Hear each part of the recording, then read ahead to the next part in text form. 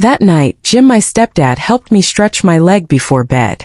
He was careful, guiding my legs gently, talking me through the discomfort. But his hands lingered too long on my hips. His breath brushed my neck once, accident maybe. The next morning I found him in the kitchen, shirtless again, making coffee. He poured me a mug and asked how I was feeling. He stepped forward. I stepped back. The tension finally snapped. He kissed me. Slow. Curious. Terrified. And I kissed him back. Our love-making for the first time was in the kitchen, my back against the counter, his hands in my hair. The second time it was the bathroom. Then the guest room. Again and again. By the end of the first week we weren't just sneaking around, we were lost in it. The way he touched me, the way I needed him, it felt like fire and gravity mixed together. Jim is indeed heavy in between his two legs. Gosh, I loved it. Hello everyone. Welcome back to my channel. If you're new here, do well to subscribe and hit on notifications. To all my returning subscribers, thank you for always watching my videos. When I landed in Los Angeles, I didn't plan to stay long. A few weeks tops. I just needed a break from Chicago, from my overworked brain and a recently broken heart. My mom, Lucy, had just taken on a big career opportunity, something high-level in AI security, and was about to leave for a 2-week trip up north. So the timing felt perfect. I could house sit, soak up the sun, and figure out what was next. Jim, her husband, was there when I arrived. He opened the door shirtless, towel around his neck, fresh from the gym. That wasn't unusual.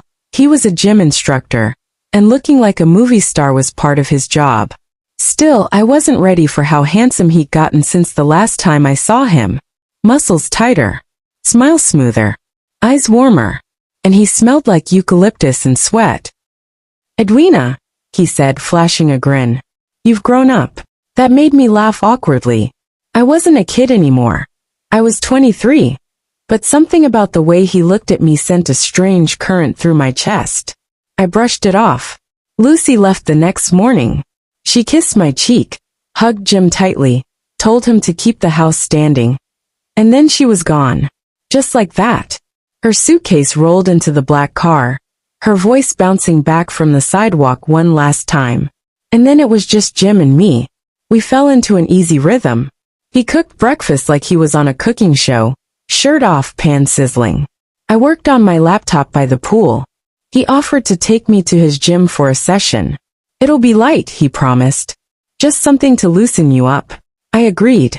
What he didn't say was that his idea of light involved squats, lunges, and core work that left my legs trembling and my pride in pieces. By the time we got home, I could barely walk. My thighs were on fire, and later that night, dark bruises appeared on the insides of my legs. I winced as I changed into shorts. Jim saw me limping in the hallway. "You okay?" "I think I died," I said. "You murdered me." He chuckled. "Let me see." "It's fine. I'm a trainer. I've seen it all." I hesitated, then sat on the edge of the couch and pulled my shorts up to show him. He knelt in front of me, his warm hands brushing the tender skin around the bruises. His touch was professional. First. Then he looked up at me. Our eyes met, and everything paused. The room got quieter. The air got thicker. And I felt something shift between us, like a door cracking open inside a house where no one was supposed to be. "I should ice this," he said, but he didn't move. I didn't either. Neither of us said what we were thinking. Instead, we talked about the gym, about music, about whatever came to mind. But the air between us had changed. It hummed with something unspoken. Something reckless. That night, he helped me stretch before bed. He was careful, guiding my legs gently, talking me through the discomfort. But his hands lingered too long on my hips. His breath brushed my neck once, accident maybe, or maybe not. I should have pulled away. But I didn't. The next morning I found him in the kitchen, shirtless again, making coffee. He poured me a mug and asked how I was feeling. "Sore," I said. He smirked. "Good sore or bad sore?" I didn't answer. I just looked at him. That was all it took. He stepped forward. I stepped back. The tension finally snapped. He kissed me. Slow. Curious. terrified. And I kissed him back. It was wrong. We both knew it. But once that line was crossed, we couldn't stop. It was like something had been waiting to happen from the moment Lucy left. Something hot and fast and messy. The first time was in the kitchen, my back against the counter, his hands in my hair. The second time it was the bathroom. Then the guest room. Again and again, like we were trying to erase the guilt by drowning in each other. Each time we said it would be the last. Each time we lied. By the end of the first week, we weren't just sneaking around, we were lost in it. The way he touched me, the way I needed him, it felt like fire and gravity mixed together. And still I kept telling myself, when Mom comes home it ends. But when Lucy finally returned, it didn't stop. We smiled at her across the dinner table. We helped unpack her bags, asked about her trip, listened to her stories. We pretended. But she noticed. Something in Jim's eyes. Something in mine. Her instincts flickered. I saw it when she looked at me a little too long. When she touched his arm and he flinched. When her laughter paused mid-sentence. She didn't say anything. Not until that night. At 3 a.m., I heard a quiet knock at my door. I opened it and Jim slipped inside. We didn't speak. We just fell into each other like we always did, heat, hands, hunger. He held my face like he couldn't bear to let go. I wrapped my arms around his back and pulled him closer. We moved like we were trying to forget who we were. And then, the door creaked. We froze. I turned my head, and there she was. Lucy, standing in the doorway, silent. Her face pale. Her eyes wide. Her world broken. The silence in the room cracked open the moment Lucy appeared. She wasn't yelling. She didn't scream or cry, not then, not at first.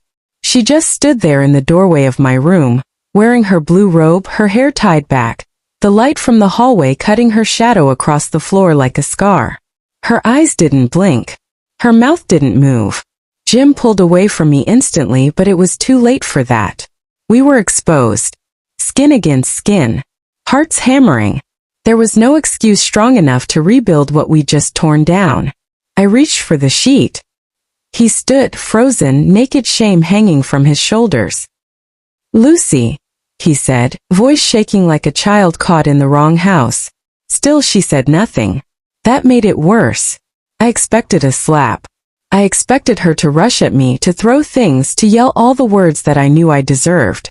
But what she did was worse. She turned around and walked away. Jim rushed after her, still trying to put on his clothes. I sat there, heart pounding, mind blank, body cold. I wanted to cry. I wanted to disappear. But I didn't do either. I just sat there, hugging the blanket, listening to their voices behind the closed door of their bedroom. I couldn't hear every word, but I heard enough. How long? Please, Lucy, just. How long? A few weeks. Since you left. A pause. Why? I don't know. I didn't mean to. I never meant for this to happen. Another pause. You love her. I don't know. Silence. Then a door slammed. I didn't sleep. I stayed in the room till morning. I didn't even change clothes. I just sat there, letting shame drip over me like hot oil. I kept replaying every moment, every kiss, every laugh, every lie. I had betrayed her. And not just her. My own sense of self, my dignity, my worth. I had become the very thing I never thought I'd be. The other woman. The secret. The crack in someone's marriage. And the worst part, I didn't know if I regretted it. When the sun came up, I walked to the kitchen. She was already there, standing by the sink, staring out the window. She was dressed like nothing had happened. Her usual black leggings and a sweatshirt, but her face had changed. It looked older, sadder, harder. I stopped at the doorway. I'm sorry, I said. She didn't turn around. Are you? Yes. For sleeping with my husband? Or for getting caught? The words cut, but I knew I deserved them. Both, I whispered. That made her laugh. A bitter, hollow sound that didn't belong in this house, not from her. Lucy had always been light in wit, always quick with warmth. That laugh was a stranger's. I raised you better, she said. I raised you to be better. I swallowed. I know. She turned to face me finally. Her eyes were red. Not from crying but from holding everything in. Do you love him? I didn't answer right away. I didn't know how to. I don't know, I said. She nodded like she already knew I'd say that.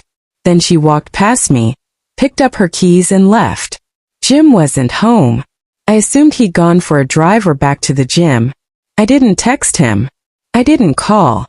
I went back to my room and curled into the bed like a child. My phone buzzed with messages I didn't want to read. I let them all pile up. I didn't see Lucy again for 3 days. When she came back, she had boxes. Pack your things, she said calmly. I booked you a hotel. You're not staying here. I nodded. Is Jim staying? I asked. She paused, then shook her head. We're done. He knows it. And that was that. There were no dramatic fights, no legal threats, no screaming matches. Just silence. Cold final silence. That evening before I left, I stood in the guest room, the one we used. I looked at the mirror over the dresser. The same mirror I'd caught glimpses of us in, his hands on my hips, my mouth on his neck. The mirror that reflected every stolen moment. Now it was just glass. I picked up a small framed photo of Lucy and Jim on their wedding day. They looked like perfection. She wore a pale gold dress, and he looked like someone pulled out of a magazine. They were happy. Real. I placed it face down. I didn't want to see the lie anymore. I left that night. Checked into a hotel 5 miles away. Jim called once. I didn't answer. I didn't know what he wanted from me. Comfort, apology, another round. I didn't want to know. I needed space. I needed silence. I needed time to look in the mirror and face myself. Because in the end it wasn't just about what we did. It was about what it made me. And what I lost in the process. A week passed in the hotel, and everything slowed down. Days bled into one another. The view from the window never changed. A parking lot, a neon sign that flickered at night, a palm tree that looked tired from holding up the sky. I spent hours just lying there, numb, trying to process the mess I had made. I didn't hear from Lucy. Not a single text. No call. No message through a third party. It was as if she had locked a door in her heart and thrown the key into the ocean. And maybe she had. Maybe that's what you do when your own daughter betrays you. Jim reached out more than once. I ignored most of the messages. But one night, against my better judgment, I answered his call. His voice was quiet. Where are you? In a hotel. I know. But where? Does it matter? Pause. I miss you. I sat up in bed, staring at the wall. You miss me or you miss the lie? That wasn't a lie, Edwina. What we had, what we felt was real. That's the problem, I said. It was real. And now everything else is broken. He didn't respond. So I asked him the question that had been burning in my chest. Did you love her? Yes, he said without hesitation.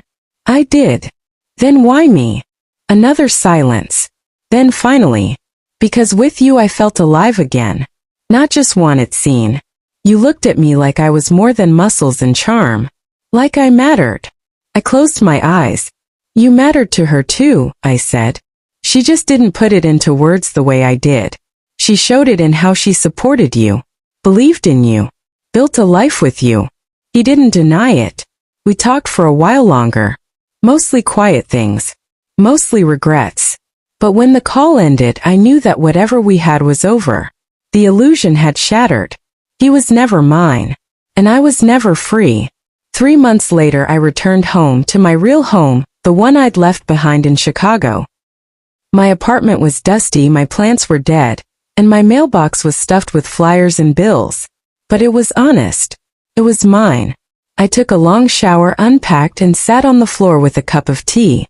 That night, I looked at myself in the mirror again, really looked.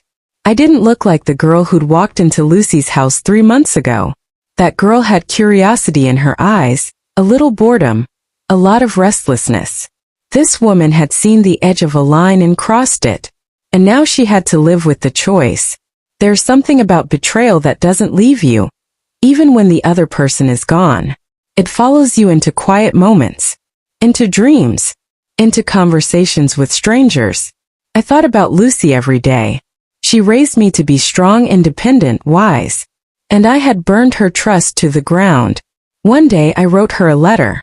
Not to justify myself, there was no excuse for what I did, but to tell her the truth.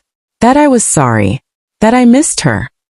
That I would spend the rest of my life trying to become the daughter she deserved. I never sent it. I kept it folded in a drawer, like a confession sealed in time. As for Jim, I don't know where he is now. He left Los Angeles. Lucy sold the house, moved back up north.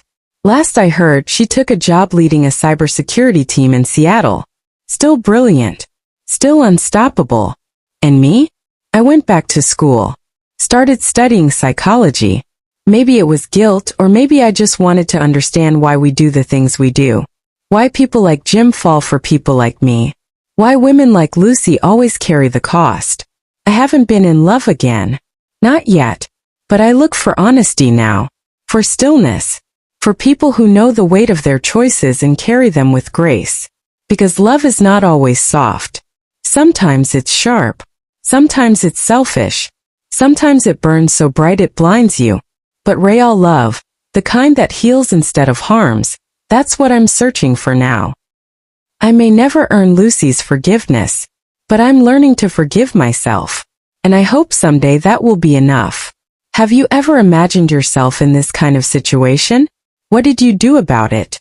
Subscribe to this channel and hit on notifications for more interesting stories like this.